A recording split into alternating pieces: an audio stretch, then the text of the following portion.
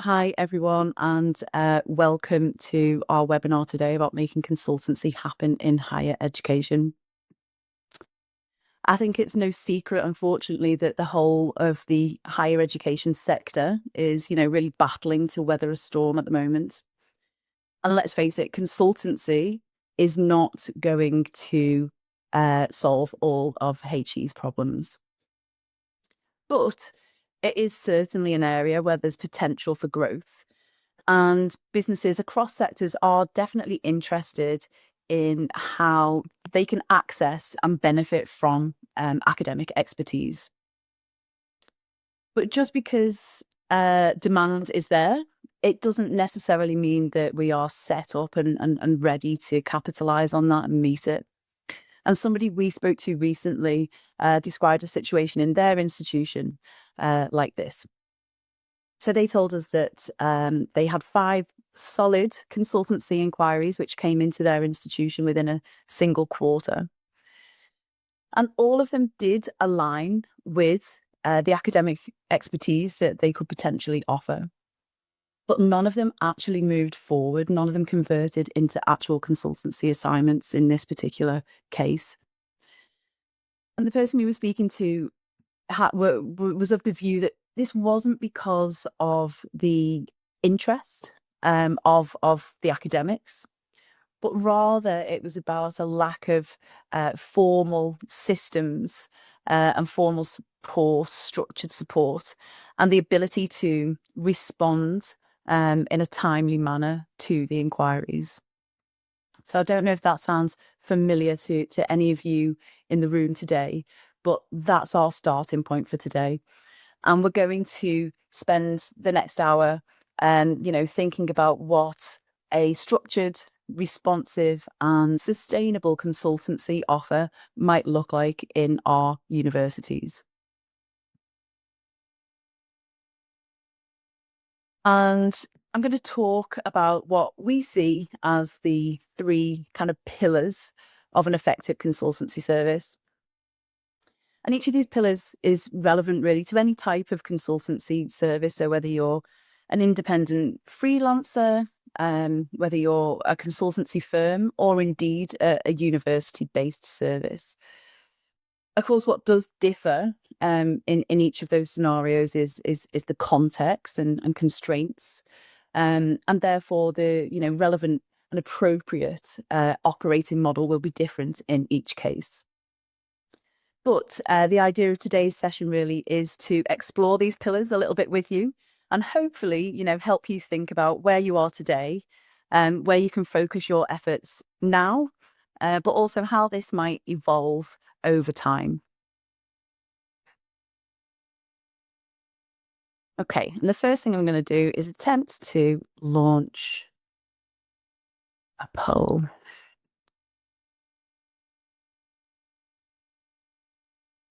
But it's not showing me my meeting window anymore, which is helpful. So let me end this here for a second. Sorry about this. And launch the poll over here.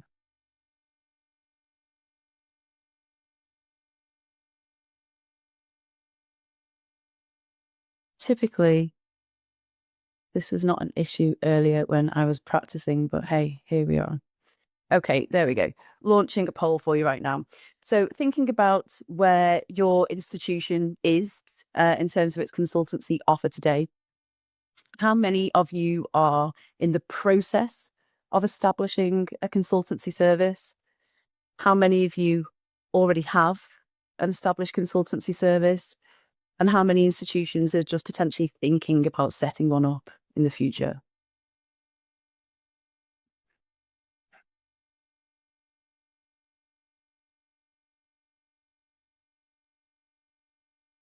Okay, interesting. Okay, so thanks very much for your responses there. So we can see that the majority of people here, around about 50%, do have a consultancy offer based at their institution. And about a quarter are in the process of establishing one. And again, about a quarter are still just thinking about the possibility of setting one up in the future. That's really, really helpful. Thank you. And hopefully, what we talk about today is going to be useful and informative for you, no matter where you are, what your current status is, and where you are on your journey. Okay. Try and reshare now.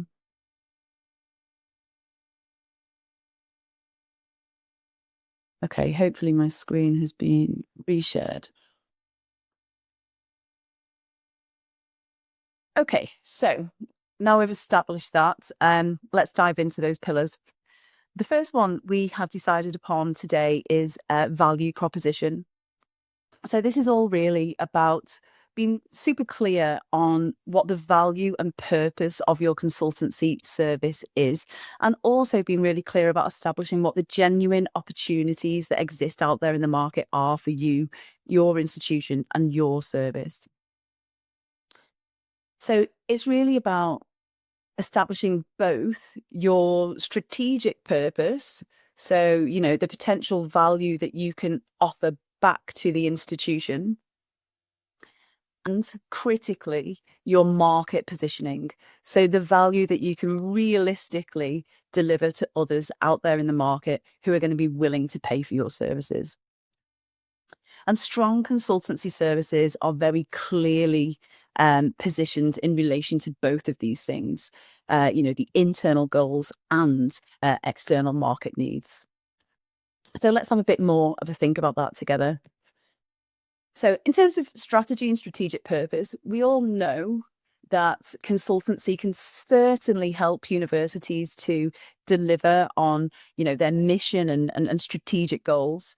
So, whether that be fundamentally around civic mission, knowledge exchange and impact, creating new partnerships potentially creating new research and career development opportunities, and of course, generating revenue, an alternative revenue stream. We know that, strategically, this sounds like a pretty sound idea. But unless you have a really clear understanding of who the external market is, and what its specific challenges and needs are, then none of that is actually going to be achieved, because this all needs to be based around the market's problems, which are effectively your opportunities. So you need to understand what those problems, needs, and challenges are, and analyze them as opportunities for your consultancy service. And it's equally as important to do this when you're first setting out and first setting up a service, as it is to do it on a continuous basis. And it's in that way that you can ensure that you're maintaining relevance, that you're actually seizing and exploiting opportunities, and that ultimately, you're hopefully ensuring your sustainability, your growth and innovation. So you really do need to consider these two things together, but base the offer on the market's needs. And I think a really good example of responding to the market in this way can be found in Trilateral Research. I'm not sure if any of you have heard of this organization before, but essentially it's a research consultancy which was set up 20 years ago by academics to provide research consultancy services.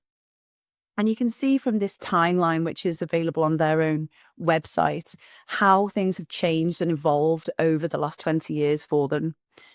So if you look back to the early days, 2009, 2012, and they were offering kind of more general research-driven impact work. And then in the last 10 years, 2015, 2018, they've really transformed into a specialist consultancy in GDPR and ethical AI. So over the last 10 years. And the figures are clearly, responding to the needs of the market and the opportunities that existed, that they spotted and exploited. And the figures you'll see really speak for themselves. Again, this is available on their website. So since their AI services were launched in 2018, they've actually seen a growth rate of 386%, which I think we can all agree is quite phenomenal and no mean feat. So this is all about responding to the market and being able to do that in a relatively agile way.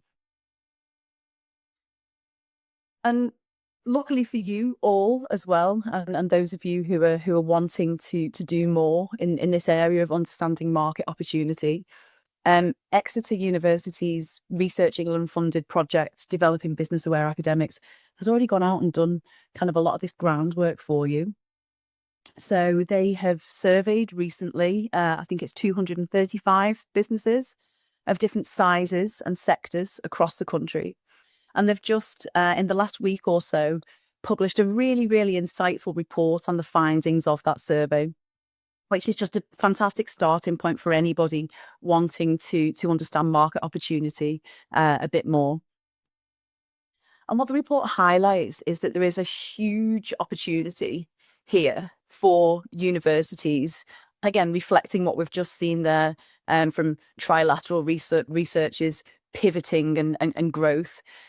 There's a huge opportunity there for universities at the moment to help to equip businesses to address skills shortages, and specifically in areas like AI, machine learning, and complex data analysis. So, once more, I am just going to ask you another question, which I'm launching now, hopefully successfully. Um, so have you personally, or do you know of somebody else in your institution, an individual or team, that has been approached about consultancy involving AI in the last 12 months?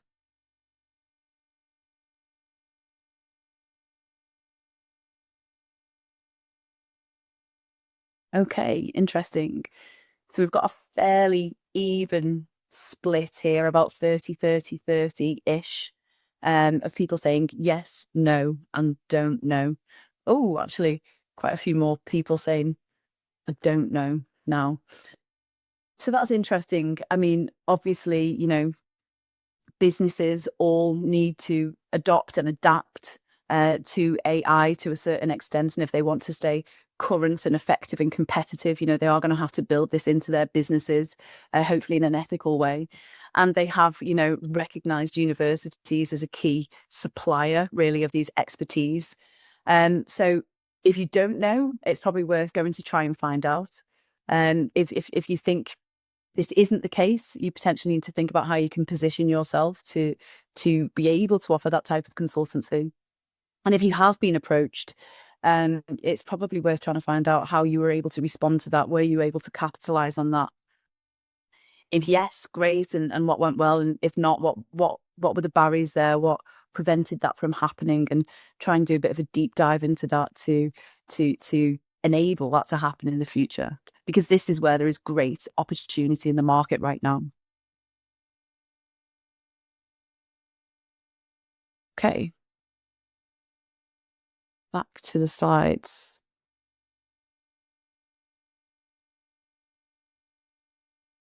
Okay, so that's our kind of whistle stop tour of the pillar of value proposition. Obviously, we've not been able to cover everything here today, but hopefully something for you to take away and think about.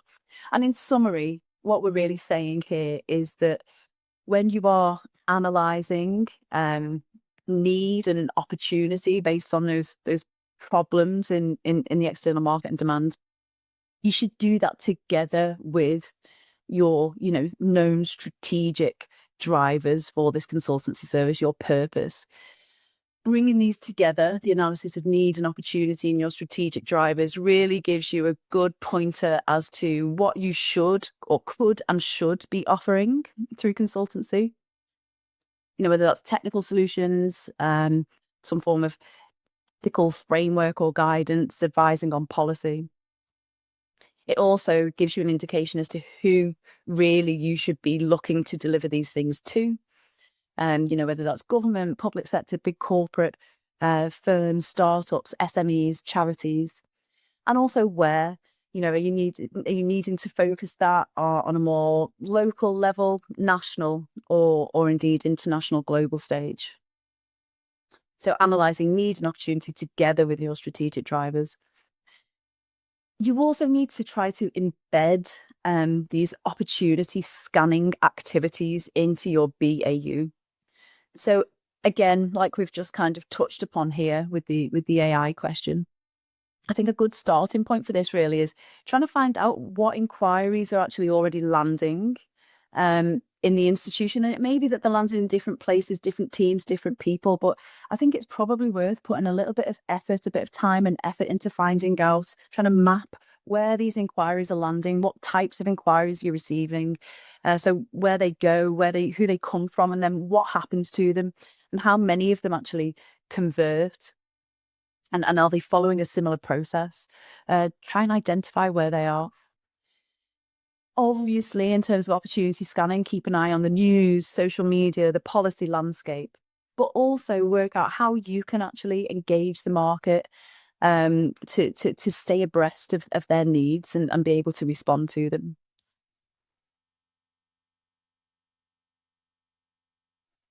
Okay, so on to the second pillar of the day, which we've called infrastructure.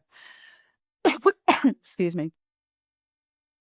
So in terms of infrastructure, it's obviously the operational backbone of the consultancy service. And again, we've tried to pick out a few key areas here for you to consider and give a bit of thought to.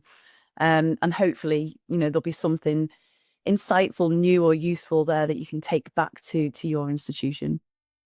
And again, actually here, the report that we referred to earlier by the Business Aware Academics project is helpful in this regard, because that report, one of the findings of the surveys and that report is that businesses actually perceive, at least universities, to have very complex processes, that they're difficult to access, and that the processes actually act as barriers to collaboration. So they think that they are clunky, slow, and complex. So again, I'm just going to ask whether, obviously this is the perception of business, but what are your views? Do you think that your processes, internal processes within your consultancy service are slow? Do you think that they do slow down the process or block consultation opportunities? And for this, I'm just going to ask you to pop a yes or no in the chat if you could.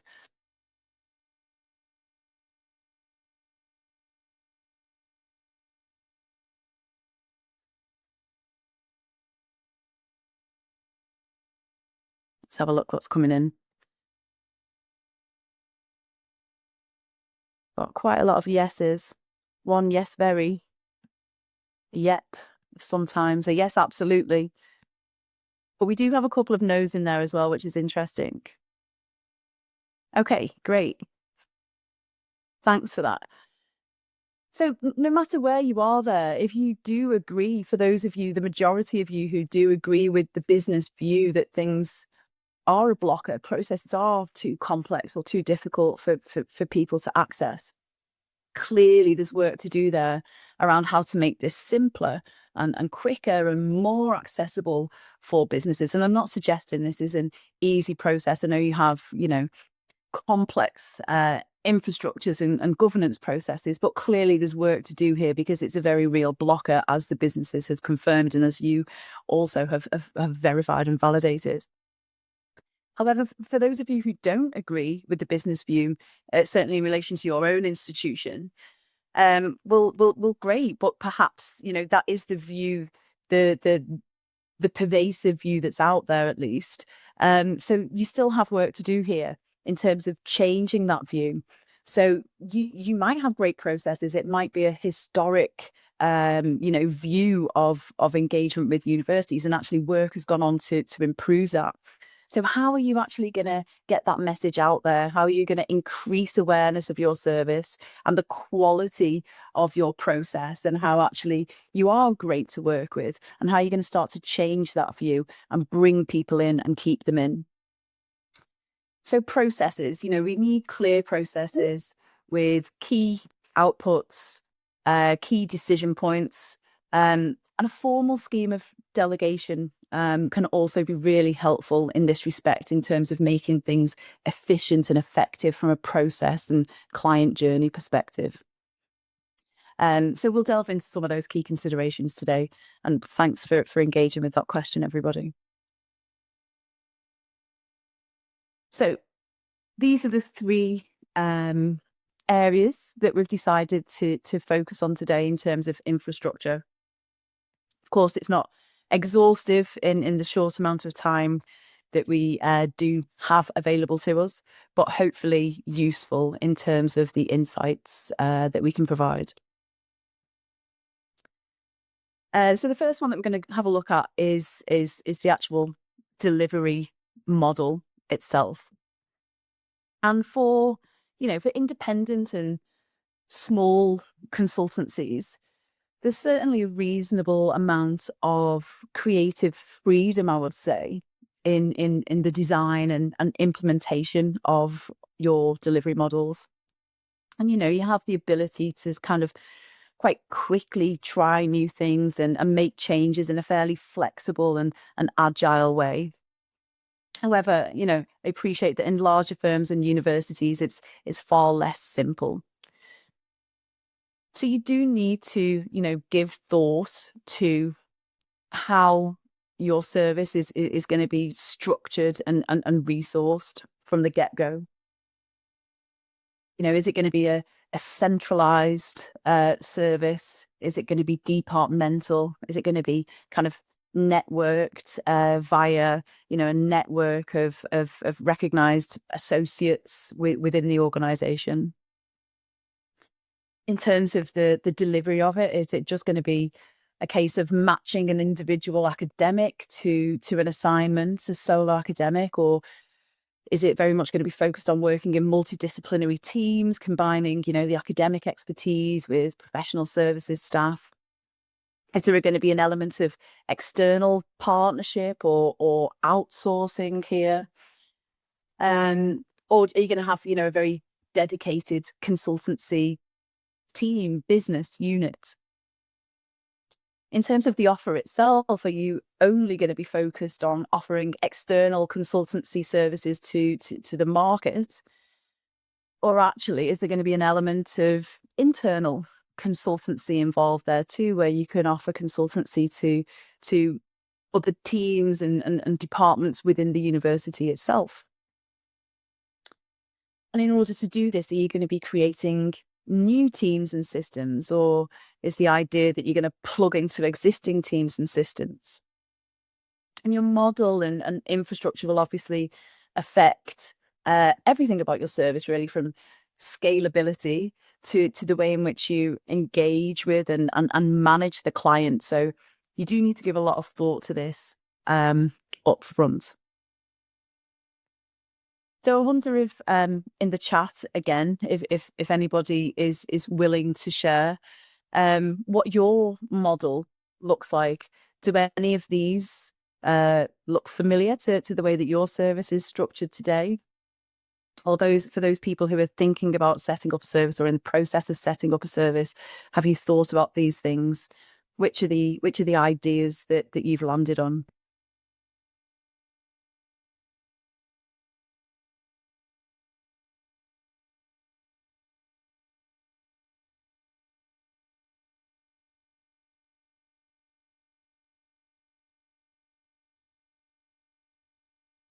If I can access the chat. Here we go.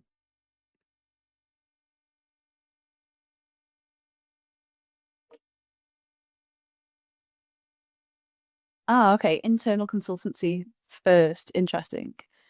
Bit of a mix of everything. Departmental, central departmental with a couple of special areas. Central support, but FTE committed is part-time, so it can be a bottleneck. Okay. Yeah, so it's very varied. Centralized support function, networked into faculties to find the right staff. Yeah.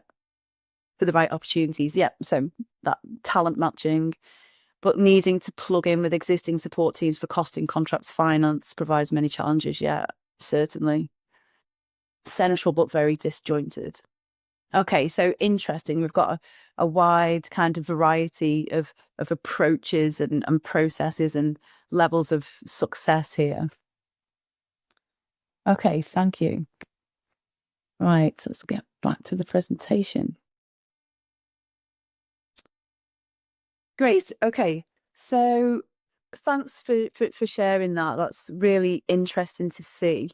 Just to give a little bit of insight into a couple of different types of models, which you may or may not already be aware of, but Code Switch. So my organization, we're actually a really tiny consultancy organization working with other small organizations, typically startups and SMEs.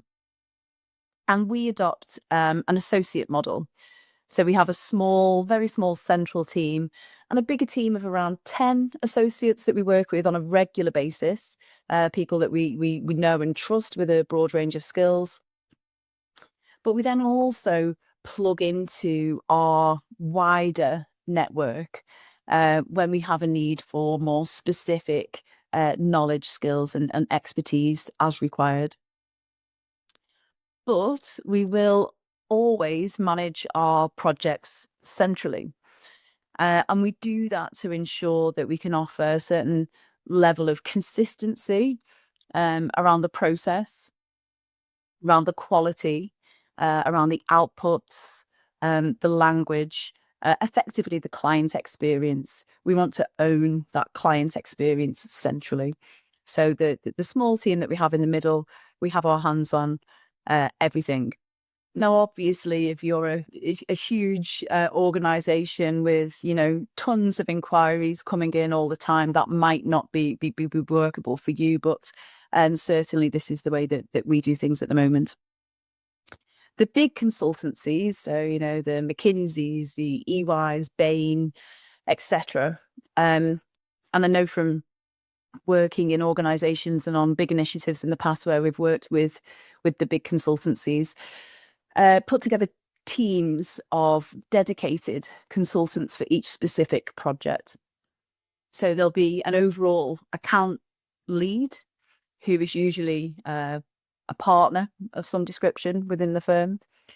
There'll be a team of managers who are consultants, but they're managing the delivery team and coordinating the outputs.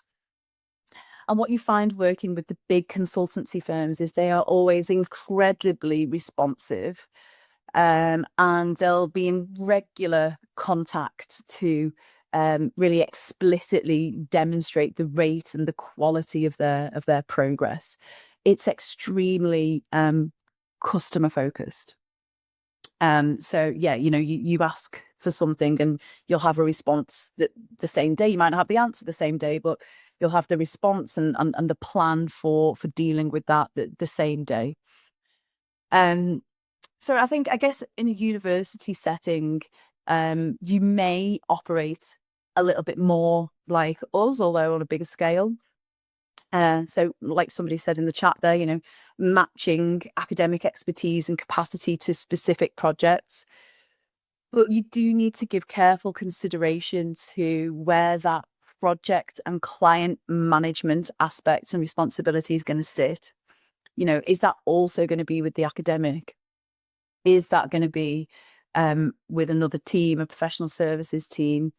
Or is this actually going to be dependent on the type of project, the scale of the project, the complexity of the specific project? Perhaps you need to come up with some criteria to help you determine when it's reasonable and appropriate to leave responsibility with the academic, when it needs to be overseen by another and coordinated and managed by another team. Or perhaps you just want a consistent process where this is the way it's done around here, specifically or particularly, I should say, sorry, when you're first setting out. So yeah, do have a think about that as it applies to your particular services.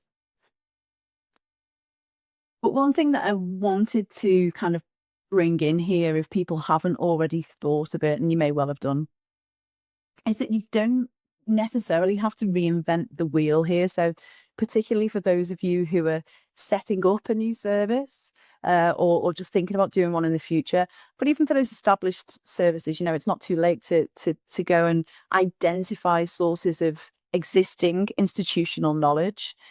So there is going to be a lot of relevant institutional knowledge, skills, and lessons which already exist. So, I mean, I think personally it might be a good idea to go and identify services which are kind of used as an almost internal consultancy. So, legal advisory teams, PMOs, your project and change delivery functions essentially operate like internal consultancy.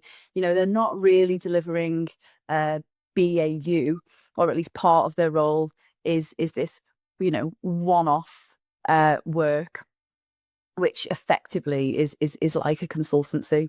So I think it could be a good idea for some of you to potentially go and identify what those services are, what those almost internal consultancy services are within your institutions, and go and speak to them and learn from them. And also think about, in the long term, is it existing resources from within the institution which are going to be deployed or redeployed to your consultancy service to set it up and operationalize it? Or are you going to be bringing in new people? Or are you going to outsource elements of the, I don't know, project administration and management so that you can focus more on the coordination of the and provision of the academic expertise? How's this going to work for your specific institution? But I would definitely recommend thinking about some of these other services and the institutional knowledge that will already exist to some degree.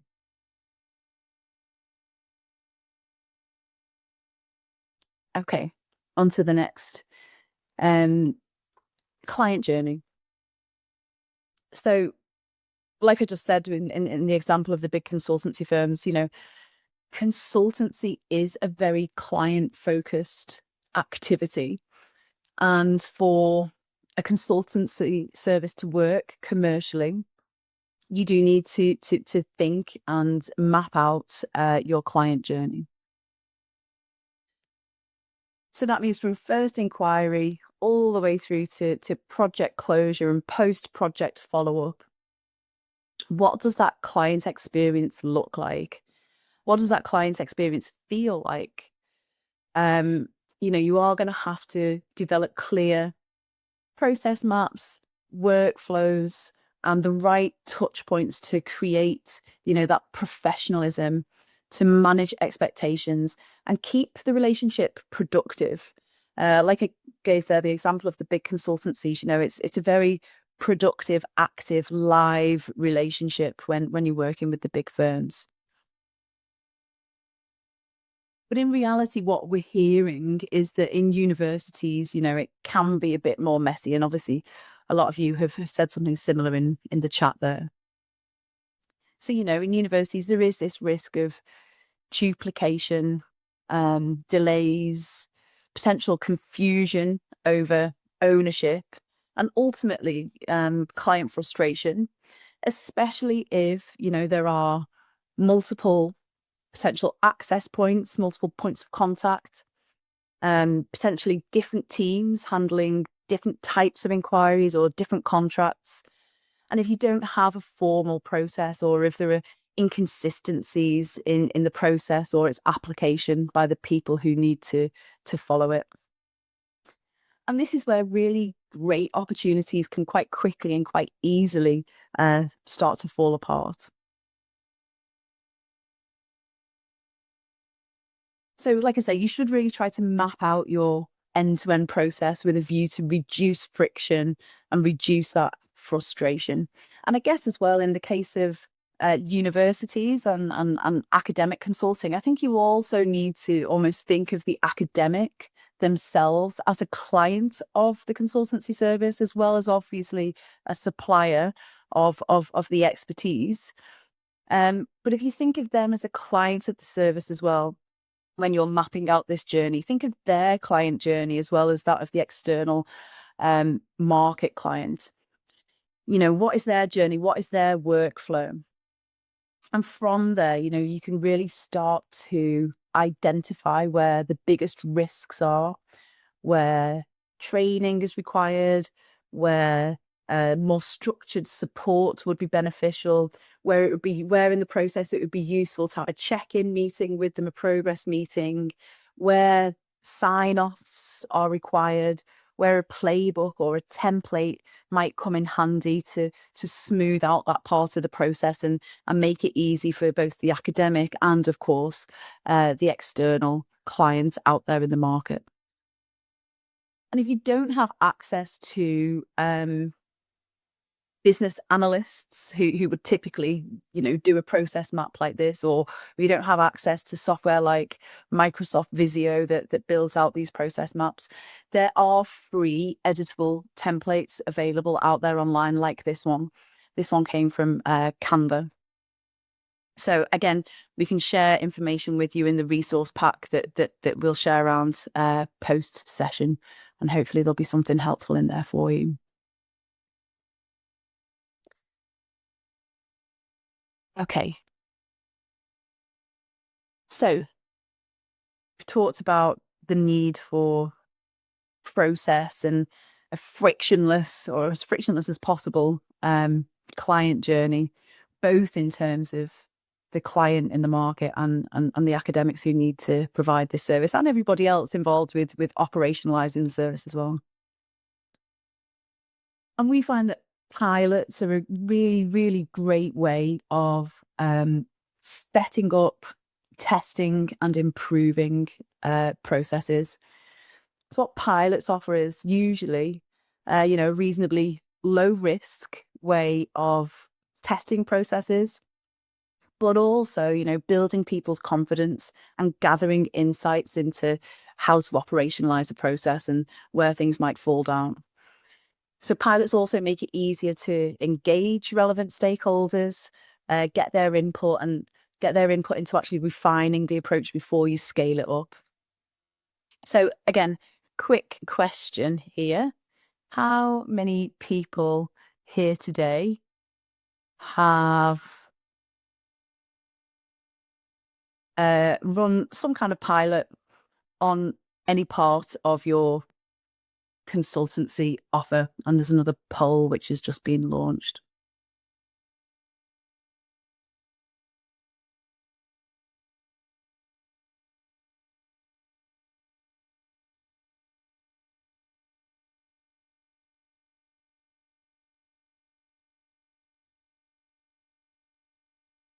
Okay, thank you. Okay, interesting. Thank you, everyone. So it looks like the majority of people here today don't believe that there have been any pilots on the process or testing or development of the consultancy offer. So that's potentially something that you can take away and have a think about. Some people don't know, other people have said yes. Can I just ask, I wonder, for those people that have said yes, what do you know what specifically you've piloted? And whether that was a useful, did you find that a useful approach?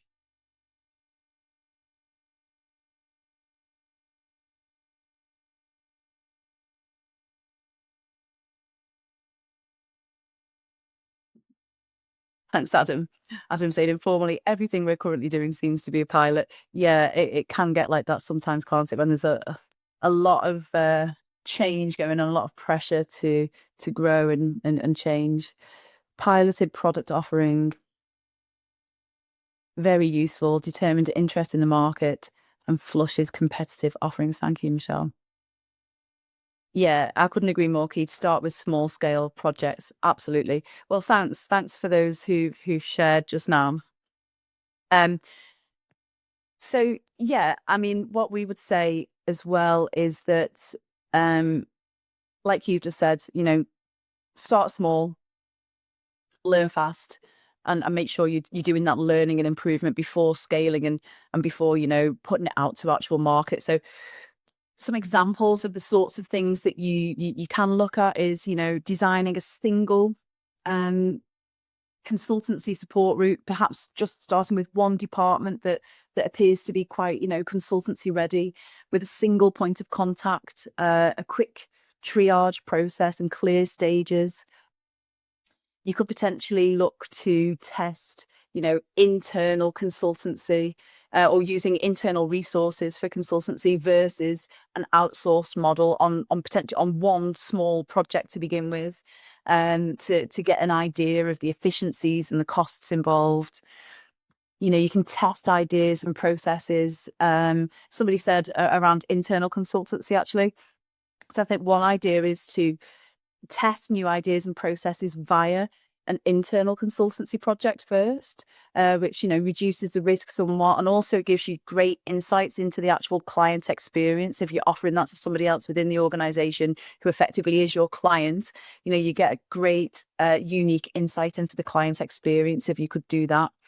And potentially, you could also work with an external partner who you've got an existing relationship with and who understands the nature of the pilot, who can act as a critical friend in the process, contributing to the learning and implementation in that way. So just, some food for thought there, but great to hear that some of you are piloting these things anyway. For those who aren't, perhaps something to think about. Okay. And then onto pricing, which I don't know about you, but in our view, it's often where things can start to stall.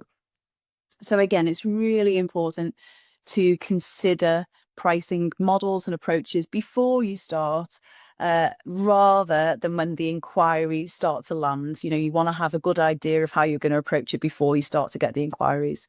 Of course, you can then continuously review and adapt your approach dependent on the type of work that's coming in. But it's good to have an idea of the models and criteria before you obviously start. So, for example, would you want to apply the same type of pricing model to a local charity bit of work versus a big multinational tech firm? Or would you apply the same approach to a high value, high risk project as you would to a low risk, social outcomes based project? Have a think about these things. And there are a number of options, well defined pricing options available, which do carry different levels of risk for either the consultant or the client, dependent upon which one. And I'm just going to give you a moment to look at these options and ask again if you could pop in the chat. Which of these do you adopt or have you adopted? Could be more than one within your institution.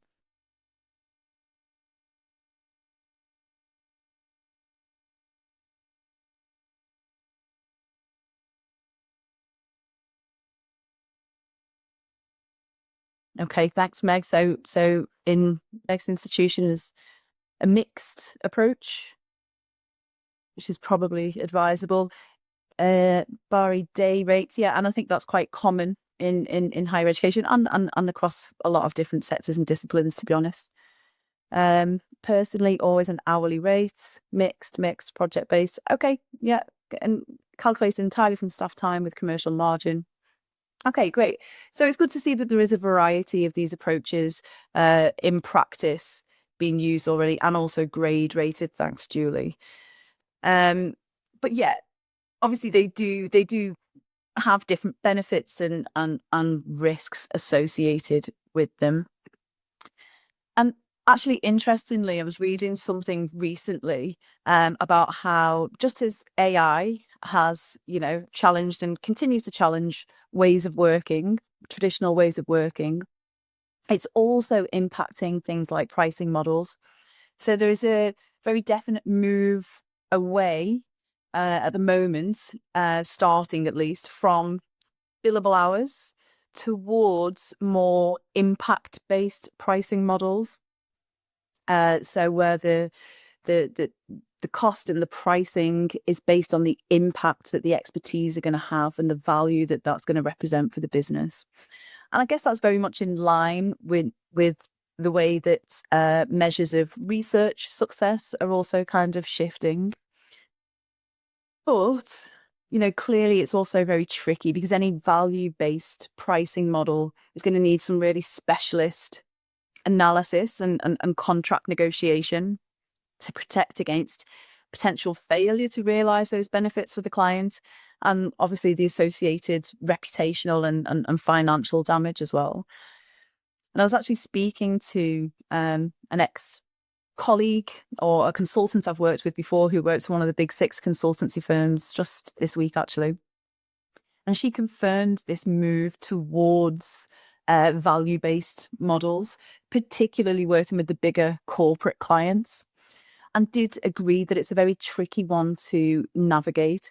So especially if you think about it, when as a consultant you offer advice and recommendations, but you're not necessarily involved at all or heavily involved in the implementation of those recommendations. So when you have little control over how things are actually implemented, it gets a little bit tricky to base things on value. So it's definitely one that you've got to tread carefully and make sure that you are not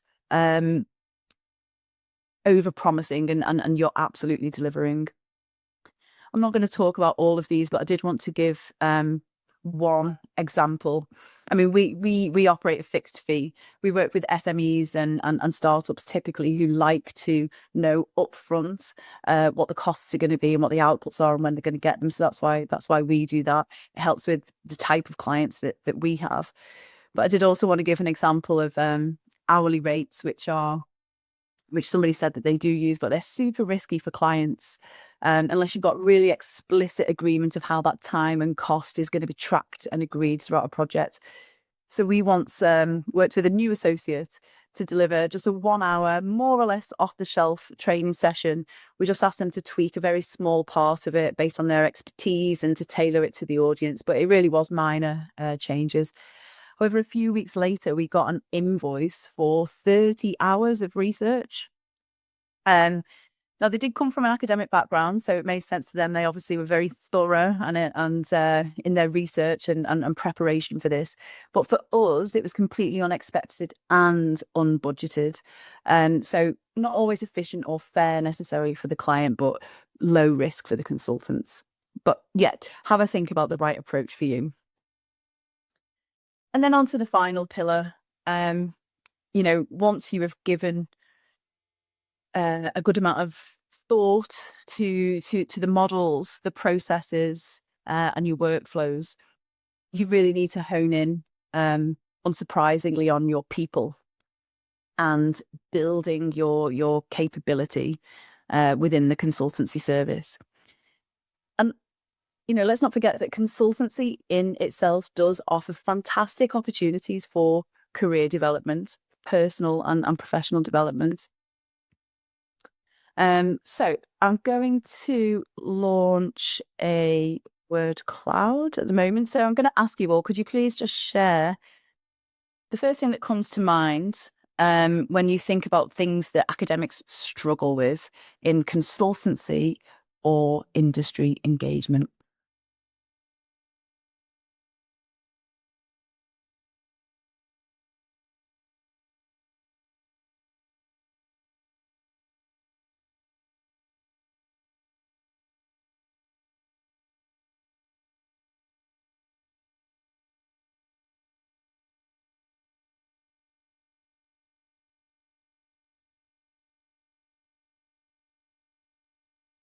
Okay, looks like the responses have slowed down there. Okay, so we've got client engagement, IP, scope creep, and Gen Pop. Thank you very much, everyone. And yeah, absolutely. Oh, here we go. A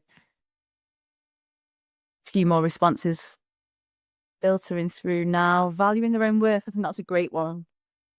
Absolutely. Communication, yes, clearly.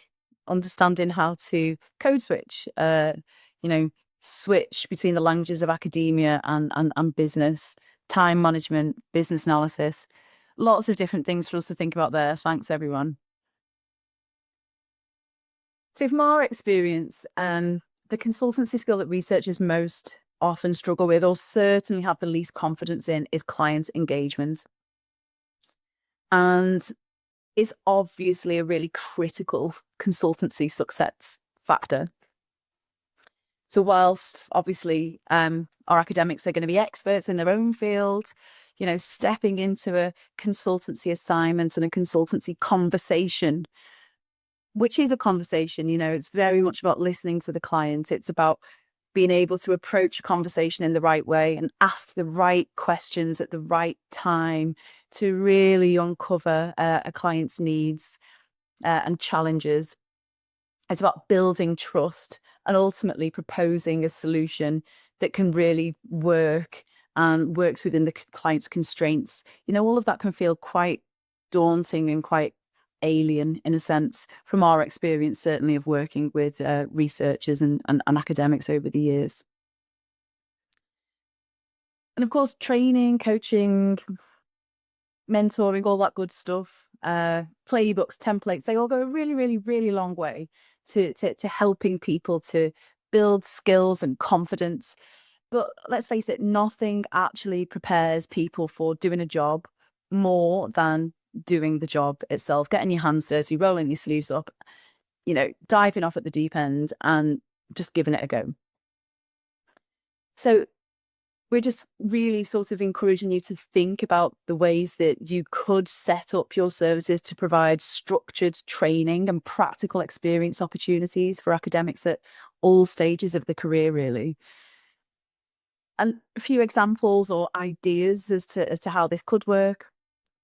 So, for example, you could do simply the client discovery interviews piece. You could use real clients or proxy clients even to enable researchers and academics to explore client needs without necessarily needing to commit to delivery. It could help them to build their active listening skills, their scoping skills, like was mentioned here as a skills gap. But at the same time, you could use that to bring in more market insights back into the service. So it's, double-edged. It can benefit the service, it can benefit the researchers and benefit the clients from having an opportunity to articulate these things. Shadowing or co-consultancy approaches are obviously, well understood, pairing lesser with more experienced academics and consultants on specific tasks. But again, look at the benefit that this could have for the service as well as the development side of things. This approach could also potentially help to reduce the burden on the lead academic consultant and hopefully de-risk delivery to some degree. And consultancy clinics or pro bono work following the law school model, one-off time-boxed consultations, for example. And this is how we've designed our programme. We've got a 6-month research consultancy programme where researchers come and work with us on consultancy projects for startups and SMEs. We take them through intensive training, feedback, guidance throughout, and they get the opportunity to have really practical experience, increase their confidence, and also get clarity on whether, consultancy is something that fits in with their career plans. But it's also a proven approach because it mirrors what the big consultancy firms do. They recruit and train graduates and PhDs through structured rotational development programs based on real work and active mentorship. So it's something that you could look to operationalize and set up as standard within your services. And it has multiple benefits, both for the researchers, academics, and for the service itself. But don't overlook things like project management training as well, which is always feedback that we get from people who come on the programme that they wish that they'd known this at the start of their PhD, at the start of their research career. And it's crucial for consultancy as well. And of course, communication, how to switch between the languages of academia and business. So think about a comprehensive training offer and how you can build this into your service. And that brings us to the end of this whistle-stop tour of the 3 pillars of an effective academic consultancy service as we see it. Obviously, not an exhaustive list, but the things that we thought would be important to talk to you about today. So determining your purpose and value and the opportunity that genuinely exists, and setting up processes for scanning those opportunities.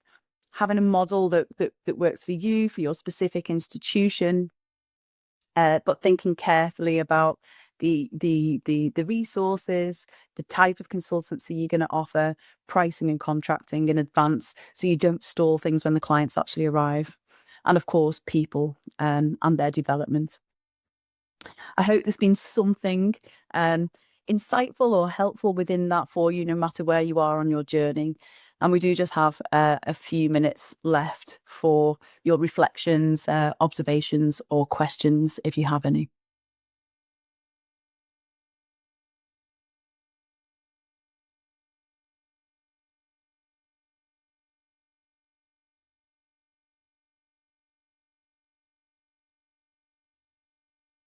I'm not seeing any questions come through just yet. Thank you, Manuela. Thank you. I'm glad you have found that useful. So yeah, if you do have any questions, please do pop them in the chat and I'll respond to them either now or over email later. You can obviously also contact me over LinkedIn or email if there's anything else that you would like to discuss. Oh, great, Adam, internal consultancy as a pilot is a very interesting idea. Great, love it.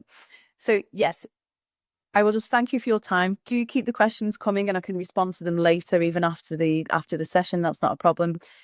But, we recognise times are stormy for universities at the moment, but we please just want to sort of give you a little bit of hope and encouragement and let you know that there are some green shoots here. And we do really think that consultancy is one of them.